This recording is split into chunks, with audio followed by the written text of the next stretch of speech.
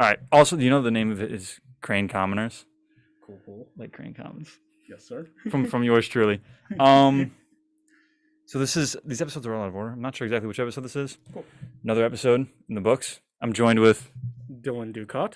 who is a I am. you call him. Oh, good Talk luck. about yourself.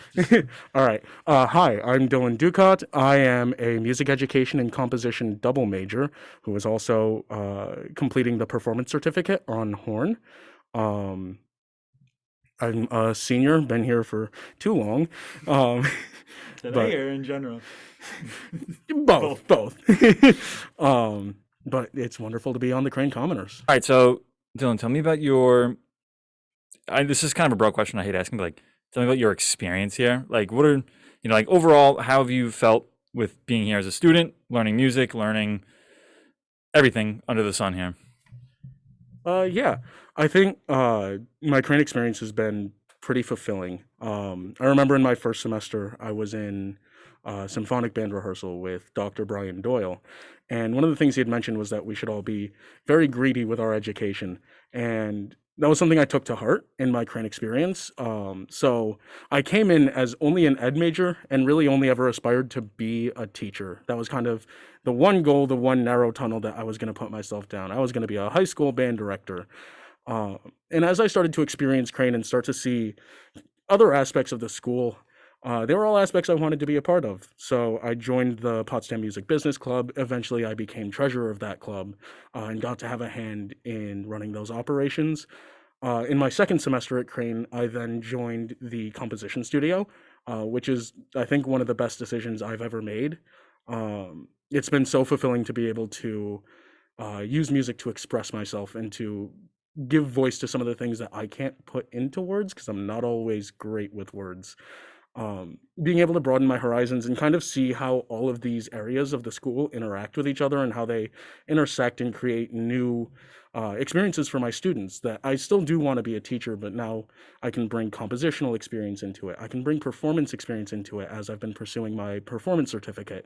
I can bring in music business concepts, work on marketing myself as a teacher, work on marketing my studio or my band program if I end up in public schools. Um, so I think it's been really fulfilling to be able to break out of a singular bubble and try to experience everything Crane has to offer. Pretty often, but he's right. Like, there's so many. I just did an episode with Darian, Mhm. and Darian has done.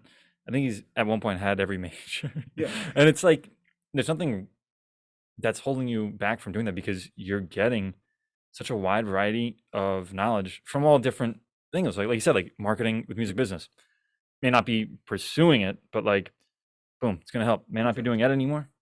It's gonna come in handy.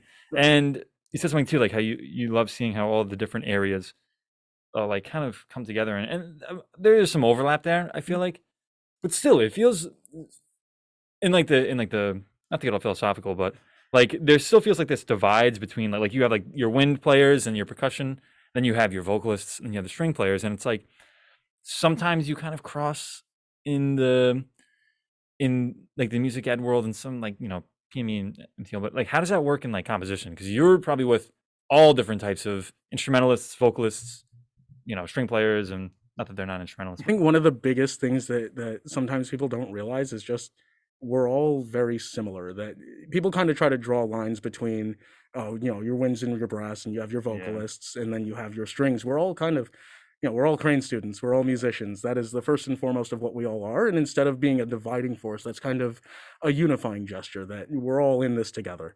Um, I guess you could say we have it in common. yeah. Ooh, I had to. I'm sorry. I'm sorry. um, No, but I think being able to work with people from all three areas has also been really enlightening. Um, that there are different hardships that we all go through and within our program that I've been able to have a lot of conversations with a lot of other people and open my perspective on uh, kind of what it is to be a string player, what it is to be a vocalist. That sometimes we, without thinking, kind of pass judgment on the difficulties or what might be easy to them. But we all come from contextually different backgrounds in our high school education, and all of a sudden we're slammed into one building together with a very similar curriculum. That there are going to be strengths and weaknesses to each group, and not to pass judgment on that, especially on underclassmen. I think a lot of the times we kind of look down with scorn at areas in our own when they have difficulties with concepts or with training that maybe we've been exposed to through our education, but they haven't because they had a different experience. It's been really gratifying to be able to kind of create bridges instead of destroy them. Wow, that was really powerful. But it's true though, and I'm guilty. I said it before. I said you're wind players and you're, you know, yeah. I do think that we all tend to create these not divides, but these labels on us where it's like, saxophonists act this way. Yeah. I could say that. I'm a saxophonist, yeah. But it's just like you create those stereotypes. It's like they act like this, they act like this, but we're all doing the same classes. We're all doing the same work, and yeah. Personally, like I know it's good to guess, but I agree with the way, like you said, it feels gratifying being here because you're getting to work with all different people from all different areas. You get to work with string players, you get to work this, and I'm sure with composition, you have to spend a lot more time than I would because you have to figure out like how how a violin part should be written for, and then how that I have. Quite frankly, I have no idea. Is it alpha clef? Is that? I don't know. I can't remember. I can't remember. That's viola. That's alpha viola. clef. Viola. Sorry, sorry, all the viola players. But so if you could talk a little bit now about like what your plans are, because so you have one more semester. I have student teaching after this. Student teaching. Okay. Yep. So the next semester student teaching. So this is your last one on campus. So you're gonna. What are the plans like post student teaching in the fall and a year? What are your? So the hope is that I will get accepted into a graduate program for composition that allows me to also be a TA or a grad assistant in music theory, Okay. so that I can get into the classroom, be able to work with students who are like the freshmen at Crane, like the wonderful little freshmen, just trying to find their way into college life. I think so often at Crane, what's great about Crane is that you get to work with very experienced faculty. What's not so great is that sometimes I think the process by which that we integrate ourselves into college life can be difficult because there's not a lot of graduate students who are there to mentor us. That it's really the upperclassmen who are doing that. So I think being able to be a part of a student's journey, not only as a theory student, but also just as a college student, be able to be a part of that integration into college life is such an important part of what it means to be a teacher for underclassmen that maybe isn't thought about as much as curriculum or as teaching methods or pedagogy or anything like that. But I think it would be really gratifying to be able to be a part of that. So the hope is composition, master's with a teaching assistantship, and then go on for a doctorate and go into a professorship job. That's honestly, it's really beautiful to hear you say like that you are doing the education side of things and you're going to be doing composition. So you came here, you only thought about doing education at 1st and you found composition, and now you're going to try and pursue both. I think that's pretty freaking cool. I don't want to cuss on here, but I think it's really awesome that like you found your avenue and now you know what you want to do and you're going to be able to pursue it. And that's something that I realized too. I was just talking with my friend before this. It's like the fact that like we're here and like we found this thing in our life that like this outlet that we can express ourselves with, and it's kind of cheesy like when words fail, it's like music, but I think that's awesome, and I think you're right that it's lacking graduate students.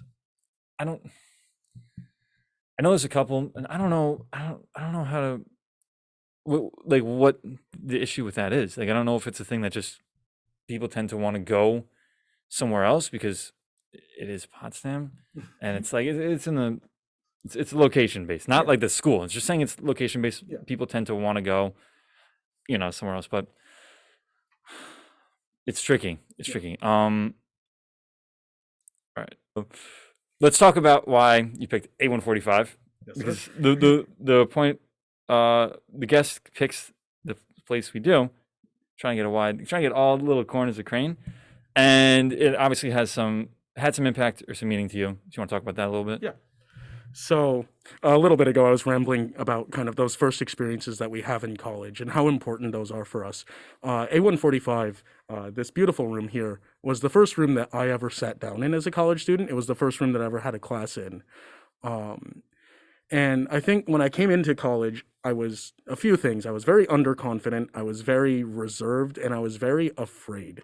Um, that I wouldn't make it, that I would be like another dropout on the numbers of graduation versus incoming, that I wasn't good enough to be a musician.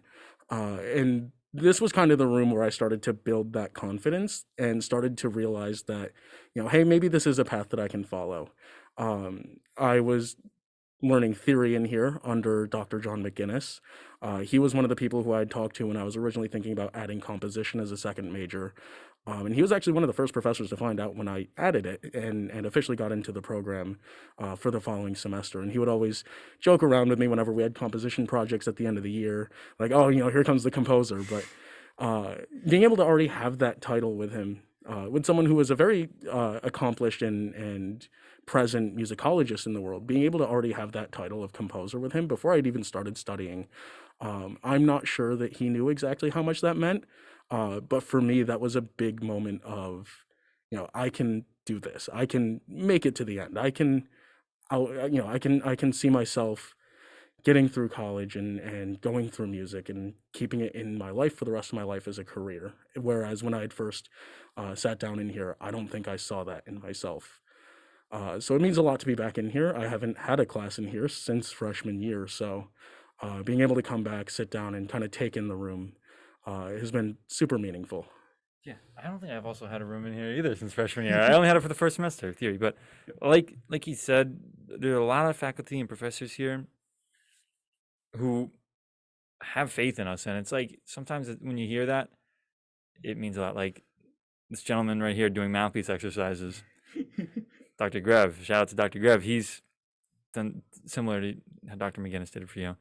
Um, and another thing I will say is that it is. I know that feeling. Like you said, I had it too, where you come in here and you look around and you're like, where am I? What am I doing? This is, is it going to pan out? Is it this? It's like countless times I've heard people say, music is this, music is that. But no, and it's truly amazing to see that like you found composition that you worked for it, and you should be proud. That is truly, it's truly an amazing thing that you were able to join and then make it now a career. Do Thank you you so have much. any parting words? Cool. I'll start off with a little bit of philosophical talking and then plug a few things at the end. But to anyone who might be watching uh, who feels afraid, feels scared, feels unaccomplished, even whether it's in the moment or whether it's all together, you are not alone. You're not the first to feel this way, and you probably won't be the last. But you will make it through. You will find your niche. You will accomplish great things. Um, that any barrier that stands in your way is a barrier that you can break through, and one that you will break through. Um, and that as you age into upperclassmanship, never lose sight of the great things that you've accomplished in your years at Crane.